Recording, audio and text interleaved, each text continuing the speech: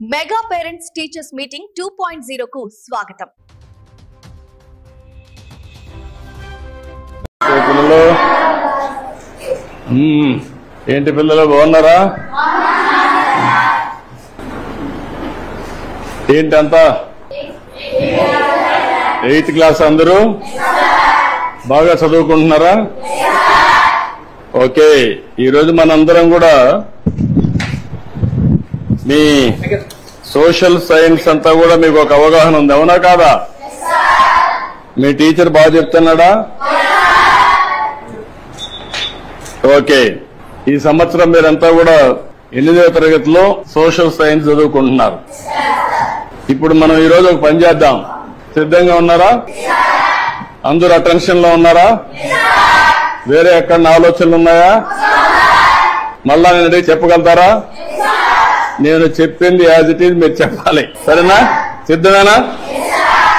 Okay, మొదటి topic ఎవరన్నా homework చేసుకొని వచ్చారా? చదువుకున్నారా ఈ సబ్జెక్టు? అయితే నేను బ్రీఫ్ గా చెప్తాను, చెప్పిన తర్వాత మీరు ఏదైనా అడిగితే సమాధానం కూడా చెప్పాలి. చెప్తారు కదా? ఓకే, మొదటి సబ్జెక్ట్ వచ్చి మనకు వనరుల గురించి మనకు ఒక చిన్న కథ. మోనా, రాజు తమ ఇంటిని శుభ్రపరుస్తూ వాళ్ళ తల్లితో గడుపుతా ఉంటారు. అప్పుడు ఈ బట్టలు, పాత్రలు, ఆహార ధాన్యాలు, దువ్వెన్లు, తేనె సీసా, పుస్తకాలు చూడండి, వీటిలో ప్రతి ఒక్క దానికి ఉపయోగం ఉంటుంది అనింది. ఎవరు? మోనా చెప్పింది. అందుకే అవి ముఖ్యమైనవి, ఇవి అన్ని కూడా వనరులు అని ఎవరు చెప్పారు? అది అయిన తర్వాత వనరులు అంటే ఏంటి అని రాజు వాళ్ళ అమ్మని అడిగాడు. అడిగినప్పుడు వాళ్ళ అమ్మ చెప్పింది ఏం చెప్పిందంటే, మన అవసరాలు సంతృప్తి పరచడానికి ఉపయోగపడేది ఏదైనా సరే అది ఏమంటారు? వనరులు అంటారు. మీ చుట్టూ ఒకసారి పరిశీలిస్తే అనేక వనరులు మీరు గమనించవచ్చు. తాగేదానికి ఏం కావాలంటాం? తాగినప్పుడు దాహం వేసింది, ఏం చేస్తారు మీరు? వాటర్ తాగుతారు. తాగినప్పుడు దాన్ని ఏమంటారు? అదే సమయంలో మీ పాఠశాల అయిపోయింది, ఇంటికి పోవాలి, దేంట్లో పోతారు మీరు? బస్సులో పోతారు. దాన్ని ఏమంటాం? వనరులు అంటాం. అదే సమయంలో మీరు చదివే పాఠ్య పుస్తకాలు, దాన్ని ఏమంటారు? ఎందుకు వనరు అంటున్నారు? ఉపయోగపడుతుంది కాబట్టి. మీ నాన్న ఇంటికి పోతానే మీకేదో తినిబండారం ఇస్తాడు, దాన్ని తాజా కూరగాయలతో కూడా తయారు చేస్తాడు, దాన్ని ఏమంటారు? వనరులు అంటారు. ఎందుకు? ఉపయోగపడుతుంది. నీరు, విద్యుత్, అదే మాదిరిగా బస్సు, కూరగాయలు, పాఠ్య పుస్తకం, ఇవన్నీ కూడా వనరులు. ఇవన్నీ కూడా తయారు చేసినప్పుడు నేరుగా గాని వస్తువులతో తయారు చేస్తారు, అవునా కాదా అని అడుగుతున్నా మిమ్మల్ని. ఇది రావడానికి తయారు చేసే అన్ని కూడా వనరులే. కాబట్టి ఏదైనా ఒక వస్తువు వనరులుగా ఏ విధంగా మారుతుంది అని రాజుకు అనుమానం వస్తుంది. రాజుకు అనుమానం వస్తే వాటికి విలువ ఉన్నప్పుడే వస్తువులు వనరులుగా మారుతాయి. ఉపయోగం ఉన్నప్పుడే వనరులు అనుకుంటాం. ఉపయోగం లేకపోతే మనం అది వనరులుగా పరిగణించాం, అవునా కాదా? అంటే విలువ ఉంటేనే వనరులు, విలువ లేకపోతే అది వనరులు కాదనేది మన అభిప్రాయం, అవునా కాదా? అంటే ఈ రోజు మనం గుర్తుపెట్టుకోవాల్సింది, విలువ అంటే వినియోగ అర్హత, ఉపయోగం ఉండాలి విలువ అంటే, అవునా కాదా? అదే సమయంలో మీరు ఒకటి గుర్తుపెట్టుకోవాలి, లోహాలుంటాయి, కొన్ని విలువ కలిగి ఉంటాయి. మీరు ఇంకా చదువుకుంటా ఉంటే, నాలెడ్జ్ని పెంచుకుంటూ పోతే మీకు అనేక విషయాలు తెలుస్తా ఉంటాయి. ఈ రోజు రాళ్లు, రెప్పలుంటాయి, అందంగా ఉంటాయి, దానికి విలువ ఉండకపోవచ్చు, కానీ రెండూ కూడా ముఖ్యమైనటివి. మానవ సహజ వనరుల్లో ఇంకొక విధంగా అవసరాలు తీరుస్తాయి. ఇప్పుడు రాయి ఉంది, మీకు ఉపయోగపడదు, కానీ రాయి వల్ల ఏమవుతుంది? కంకర తీస్తారు, అక్కడ కూడా ఉపయోగపడుతుంది. ఈ విధంగా వనరులుగా పరిగణిస్తాం.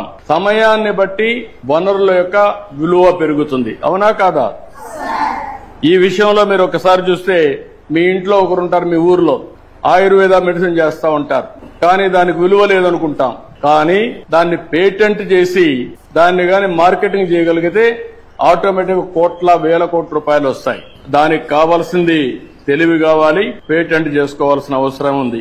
అంటే దీన్ని బట్టి మీరు అందరూ ఆలోచించుకోవాల్సిన పిల్లలు, సమయం, సాంకేతికత అనేటి వస్తువుల్ని వనరులుగా మార్చి రెండు ముఖ్యమైన అంశాలు రెండు.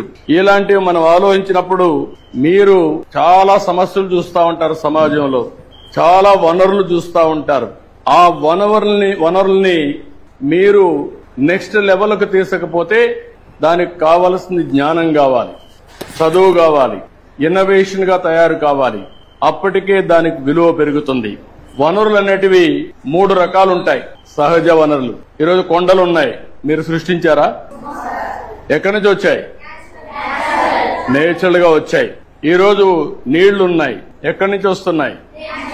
నేచురల్ గా వస్తున్నాయి. ఇవన్నీ ఏమంటారు? సహజ వనరులు. సంవత్సరంలో మొదటి PTM సమావేశంలో మొదటి క్వార్టర్ సంబంధించిన సమాచారం మీకు అందించాలి. ఆ రోజు హాజరైనారు. గతంలో శేఖర్ సార్ అనే వ్యక్తి ఇక్కడ టీచర్ గా ఉండేవారు, క్లాస్ టీచర్. ఇప్పుడు నేను కొత్తగా వచ్చాను కాబట్టి వీళ్ళ ప్రగతి నాకు తెలిస్తేనే నేను వీళ్ళని అభివృద్ధి చేయడానికి ఉంటుంది. గత సంవత్సరంలో బాబు అన్ని సబ్జెక్టులలోనూ బాగానే ఉన్నారు. ఇదేమంటే 9వ తరగతి కాబట్టి కొంచెం బాధ్యత అంత ఉండదేమో అనిపిస్తుంది పిల్లల్లో. కానీ ఇప్పుడు మనం 10వ తరగతి మన జీవితంలో మొదటిసారి సర్టిఫికేట్ ఇస్తారు కాబట్టి మనం మరింత కష్టపడి చదువుకోవాల్సి ఉంటుంది.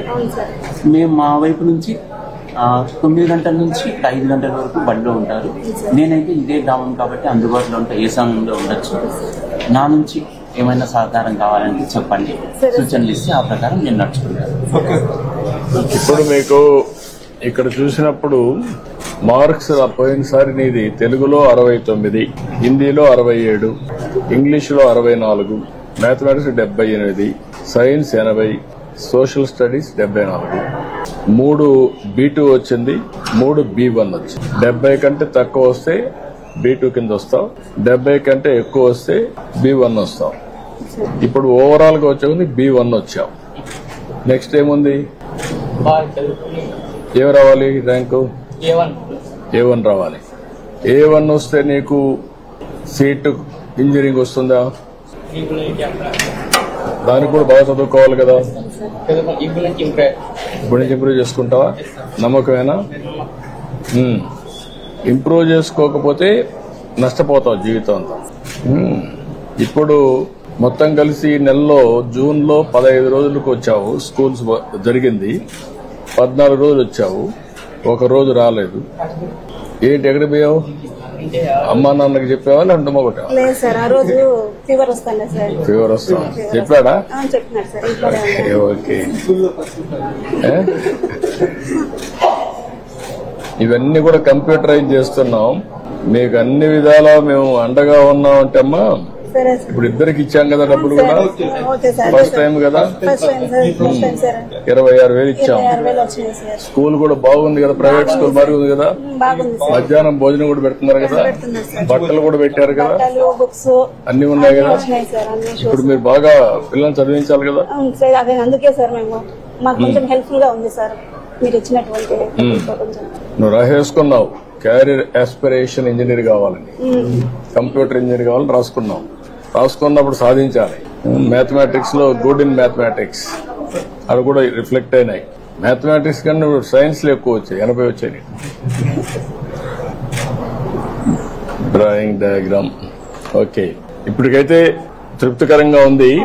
కానీ పోయినసారి కంటే కూడా ఈసారి ఇంకా బాగా చేయాలి.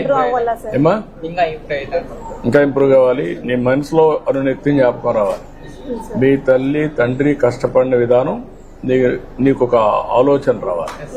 వాళ్ళ మరి నువ్వు కష్టపడకూడదు, సుఖపడాలి. నువ్వు ఉన్న మంచి ఉన్నత స్థాయికి చేరాలి. నువ్వు వెళ్లి వాళ్ళని ఆదుకోవాలి. సరేనా? నమ్మకమేనా? బాగా కష్టపడతావా నువ్వమ్మా? Welcome to AP Teachers TV. Today's top story is the Mega Parents Teachers Meeting 2.0